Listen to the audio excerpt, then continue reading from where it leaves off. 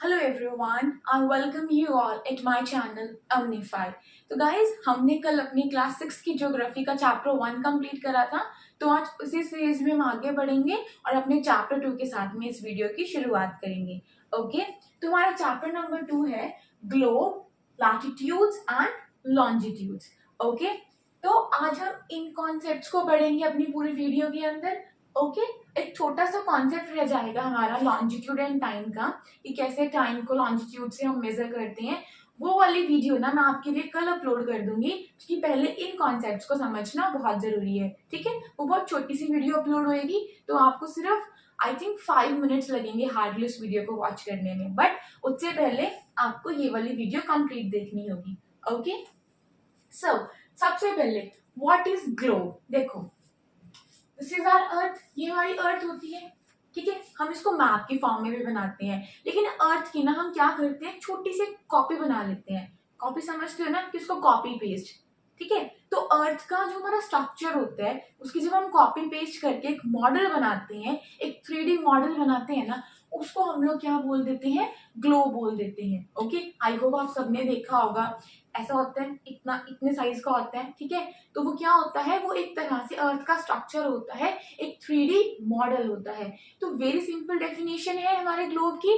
Globe क्या होता है, अर्थ का एक सिंपल सा एक 3D मॉडल होता है। समझ में आया? ठीक है, तो ऐसे होते हैं, होता है कैसा ग्लोब, ऐसे ऐसे कुछ होता है, ऐसा ऐसा होता है ना। एक बीच में लाइन बनी होती है, जिसके ऊपर वो ऐसे करके पूरा घूम रहा होता है। ठीक है, तो जो वो लाइन होती है ना ग्लोब के अंदर, जो वो दिख रही होती है ऐसे करके, जिसमें वो घूम रहा होता है, उसको हम लोग क्या बोल देते हैं, एक्सिस। क्या बोल देते हैं, एक्सिस। ठीक है, तो ये बात आपको पता होनी चाहिए। वैसे ही हमारी अर्थ भी ना एक एक्सिस पे घूमती है। ठीक है, अब ग्लोब के केस में क्या होता है, वो एक्सिस हमें दिखाई दे जाती है, लेकिन अर्थ के केस में ऐसा कुछ नहीं है। ये जो एक्सिस वगैरह है ना, जो मैं आपको आगे और भी पढ़ाऊंगी, ये लैटिट्यूड्स एंड लॉन्जिट्यूड्स, ये सारी एक इमेजिन करी हुई लाइंस हैं। असल में ऐसा कुछ भी नहीं है।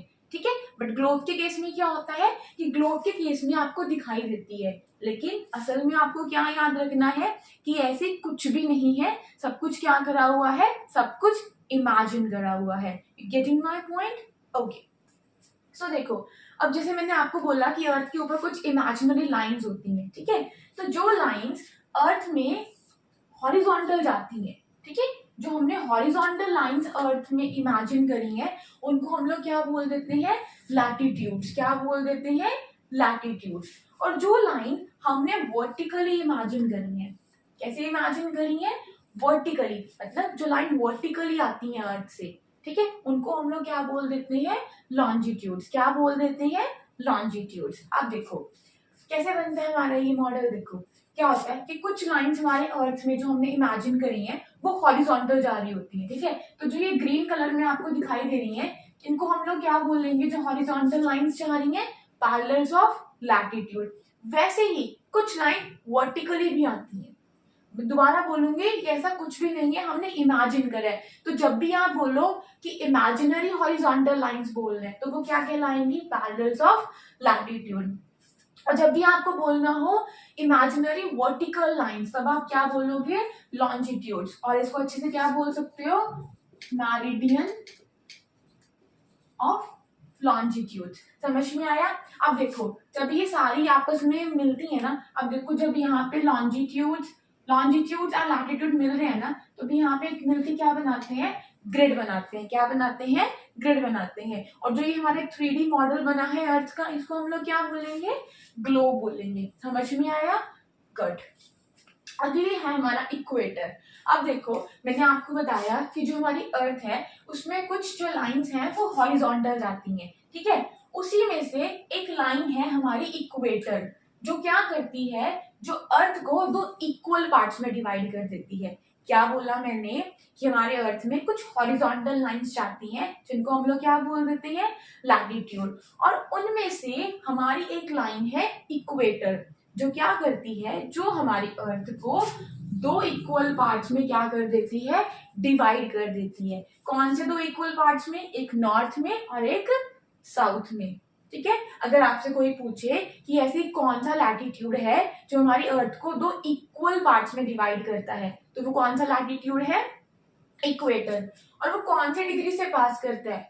0 डिग्री से। ठीक है, तो जब आप लैटिट्यूड्स की बात करते हो ना, तो उनको हम लोग डिग्री में मेजर करते हैं, और लॉन्जिट्यूड्स को भी हम लोग किस में मेजर करते हैं?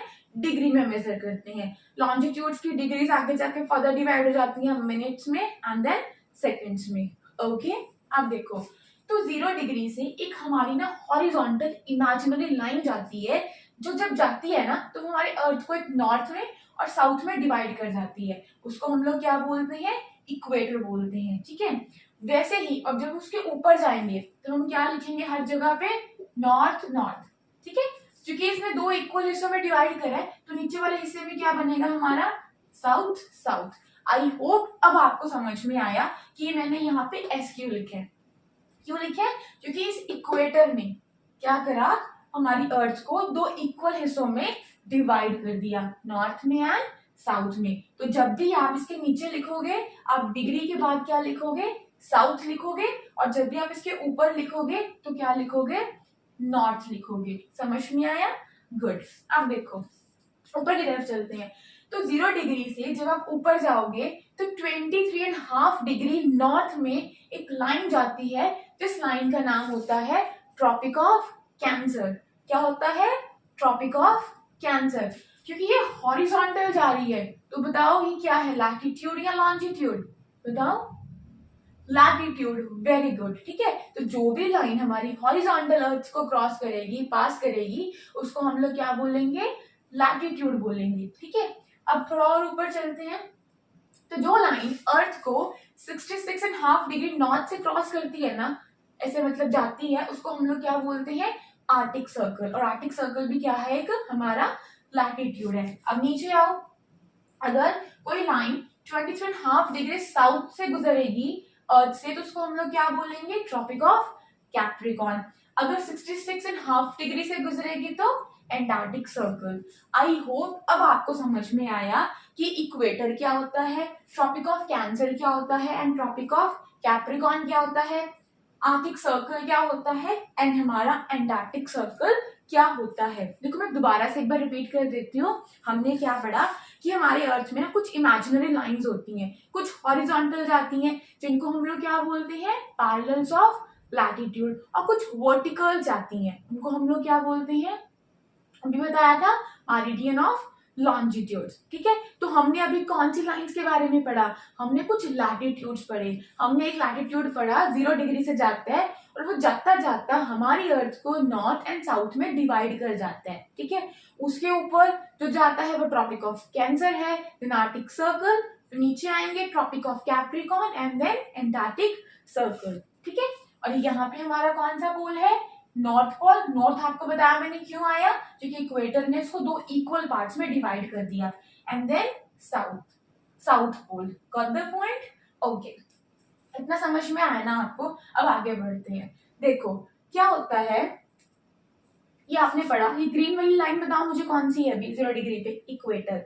तो इक्वेटर से लेके ट्रॉपिक ऑफ कैंसर का एरिया और ट्रॉपिक ऑफ कैप्रिकॉर्न का जो एरिया होता है, ये वाला एरिया जो आपको दिख रहा है ना, ये जो हमने लाइंस लगाई है, तो जो ये वाला जो एरिया है ना आपका, इस एरिया में क्या होता है कि जो सन की जो लाइट है ना वो डायरेक्ट पड़ती है। ठीक है, यहाँ पे जो इसके अंदर मतलब ये वाले एरिया के अंदर जितने भी लैटिट्यूड्स आएंगे, मतलब जितनी भी इमेजिनरी हॉरिजॉन्टल लाइंस आएंगी ना, वहां पे साल में एक ना एक बार सन क्या करता है? ओवरहेड करता है। क्यों? ठीक है, क्योंकि यहाँ पे वो क्या करता है, यहाँ पे क्या होता है कि यहाँ पे सन की ना मैक्सिमम हीट जाती है। जो ये वाले लैटिट्यूड्स आते हैं ना, मतलब यहाँ पे जो लाइंस आती हैं इस वाले एरिया के अंदर, कौन सी एरिया के अंदर? ट्रॉपिक ऑफ कैंसर से लेकर ट्रॉपिक ऑफ कैप्रिकॉर्न के बीच का जो एरिया है ना, वहां पे सन बहुत ज्यादा सीधी रेज मारता है अपनी, बहुत गर्मी आती है यहाँ पे। ठीक है, तो यहाँ पे इतनी गर्मी, इतनी हीट आने की वजह से सन की इस एरिया में ज्यादातर गर्मी रहती है। इसको क्या बोलते हैं? टॉरिड जोन बोलते हैं। क्या बोलते हैं? टॉरिड जोन बोलते हैं। और यहाँ पे रेनफॉल भी ज्यादा होती है, तो आपको आगे समझाऊंगी कि जहाँ पे हीट ज्यादा आएगी वहां पे रेनफॉल ज्यादा कैसे होगी। ओके, ठीक है। अब जब हम थोड़ा ऊपर जाएंगे इस वाले एरिया से, जब हम थोड़ा ऊपर की तरफ जाते हैं ना, तो सन थोड़ा ऐसे को इसकी रेज जाती है सन की, थोड़ी टिल्ट होके। तो ये वाले एरिया में भी एंड सेम ये वाले एरिया में भी ना, तो यहाँ पे बहुत ज्यादा ठंड होती है क्योंकि यहाँ पे सन की रेज जाती है, और ना ही यहाँ पे बहुत ज्यादा गर्मी होती है, क्योंकि सन की रेज इस मुकाबले में वहां पे कम जाती हैं, ठीक है।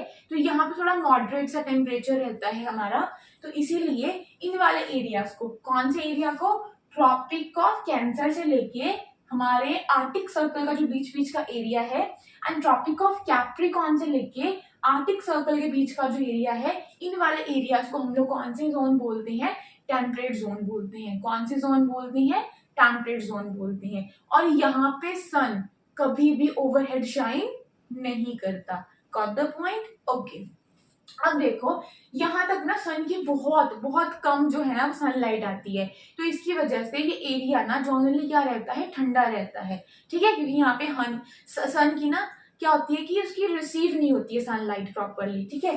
तो इसीलिए ये वाले एरियाज को हम लोग क्या बोलते हैं, फ्रिजिड जोन बोलते हैं। समझ में आया? कौन से वाले एरियाज को, जो आर्टिक सर्कल और नॉर्थ पोल के बीच में है, और जो एंटार्क्टिक सर्कल और कौन से पोल के बीच में है, साउथ पोल के बीच में है। क्योंकि ये सनलाइट को बहुत कम रिसीव करते हैं, इसलिए ये एरियाज क्या रहते हैं, कोल्ड रहते हैं, जिसकी वजह से इन एरियाज को हम कौन सा नाम देते हैं, फ्रिजिड जोन। आई होप आपको यहाँ तक समझ में आया।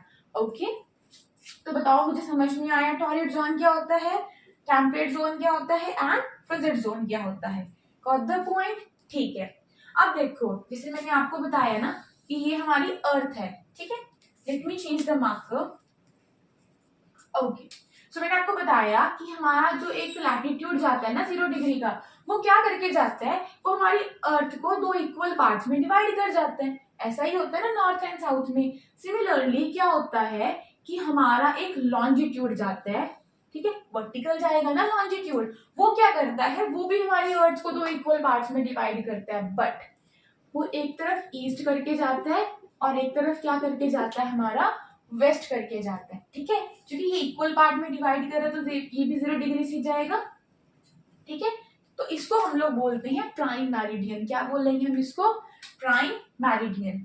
क्या बताया मैंने, जो इक्वेटर है वो अर्थ को डिवाइड करेगा और वो लैटिट्यूड है नॉर्थ एंड साउथ में। और सिमिलरली जो हमारा वर्टिकल लाइंस जाती हैं उनमें से एक 0 डिग्री से जाता है, जिसको हम लोग प्राइम मेरिडियन बोलते हैं, ठीक है, जो कि हमारी अर्थ को ईस्ट एंड वेस्ट में क्या करके जाता है, डिवाइड करके जाता है। समझ में आया? और मैं आपको ना एक और फैक्ट बताती हूँ। क्या होता है ना कि हमारे लैटिट्यूड्स का जो डिस्टेंस है ना वो पैरेलल होते हैं। देखो आराम से हम लोग काउंट कर सकते हैं, बट देखो लॉन्जिट्यूड का ध्यान से देखना क्या होता है, जब ये पोल्स पे होते हैं ना इनका डिस्टेंस क्या होता है, 0। क्या होता है, 0, ठीक है। अब यहाँ पे 0 थोड़ा लग नहीं रहा, बट ये 0 हो जाता है, ठीक है। तो इसीलिए ना बहुत सारे होते हैं इनका डिस्टेंस, जैसे जैसे हम पोल की तरफ जाएंगे ना डिक्रीज होता रहेगा और ये ऐसे होते रहेंगे, ठीक है। बट लैटिट्यूड के केस में ऐसा नहीं है, वो पैरेलल होते हैं।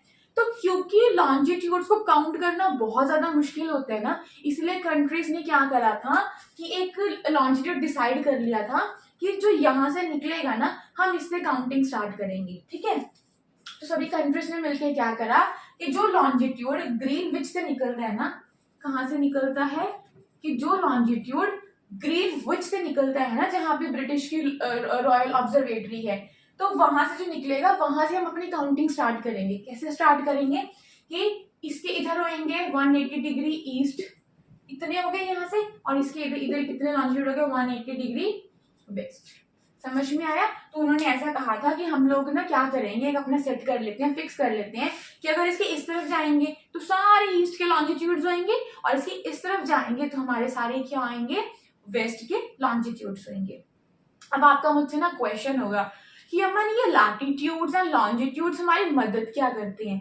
तो देखो अगर आपको किसी भी जगह को फाइंड करना होता है ना, उसकी एग्जैक्ट लोकेशन फाइंड करनी होती है, तो सबसे पहले तो आपको उसका लैटिट्यूड पता होना चाहिए, ठीक है, एंड देन उसके बाद उसका लॉन्जिट्यूड।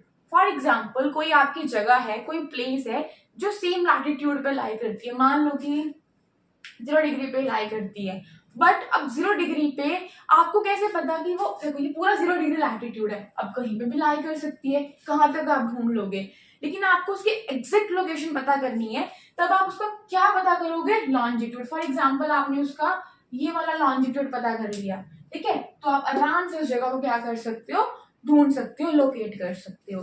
तो अगर आपसे कोई पूछे कि लैटिट्यूड्स एंड लॉन्जिट्यूड्स क्यों इंपॉर्टेंट होते हैं, तो क्यों इंपॉर्टेंट होती है?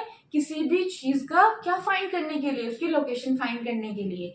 ठीक है, समझ में आया। और लॉन्जिट्यूड से तो हमारे टाइम भी हम अपना जो है वो काउंट करते हैं, मेजर करते हैं। ये मैं आपको कल बताऊंगी कैसे करते हैं, वो छोटी सी वीडियो एक है बट आपको समझ में आ जाएगा। ठीक है, तो जैसे हमारी पूरी कंट्रीज ने एक लॉन्जिट्यूड निकाला, वैसे ही हमारे इंडिया में भी हमने क्या निकाला, एक लॉन्जिट्यूड निकाला कि यहाँ से हम अपने टाइम की जो है ना वो काउंटिंग करेंगे। तो वो हमारा निकलता है 82.5 डिग्री ईस्ट से। अब आपको समझ में आया मैंने यहाँ पे ईस्ट क्यों लिखा? देखो मैं आपको बताती हूँ, मुझे स्पेस दिखेगा कहीं पे। देखो यहाँ देखो, अगर ये हमारा अर्थ है ना, ठीक है, इसको दो हिस्सों में डिवाइड करते हैं। चलो, ये क्या कर दिया हमने, नॉर्थ एंड साउथ में डिवाइड कर दिया। ठीक है, तो मतलब जो यहाँ आएगा उसको मैं नॉर्थ लिखूंगी, जो यहाँ पे आएगा उसको मैं क्या लिखूंगी, उसको मैं लिखूंगी साउथ। आ जाओ फिर से, अब मैंने इसको फिर से डिवाइड कर दिया, और जो यहाँ पे आएगा ना इस तरफ, इस वाले पूरे सेक्शन में, उसको मैं क्या लिखूंगी, ईस्ट। और जो इस वाले साइड में आएगा ना, मतलब ये वाली पूरी साइड में, ये उसको मैं क्या लिखूंगी, वेस्ट।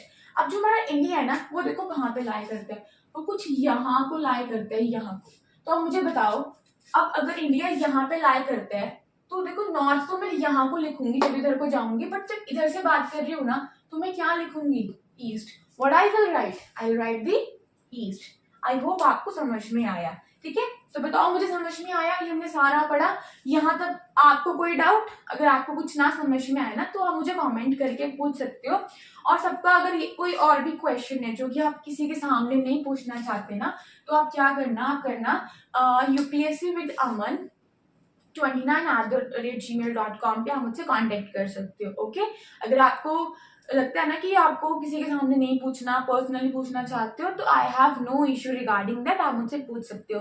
और कुछ भी ना समझ में आए ना, तो प्लीज कमेंट करके बता दिया करो। ठीक है, ताकि मैं और अच्छे से इम्प्रूव कर पाऊँ और आपको जिस वे में समझ में आए मैं उस वे में समझा पाऊँ। So guys, thank you so very much for listening me and watching मी। ठीक है, मिलते हैं अब हम अपनी कल नई वीडियो के साथ में, जिसमें एक तो मैं आपको बताऊंगी टाइम का काउंटिंग, एंड दूसरा with chapter number 3। So bye. Thank you so very much.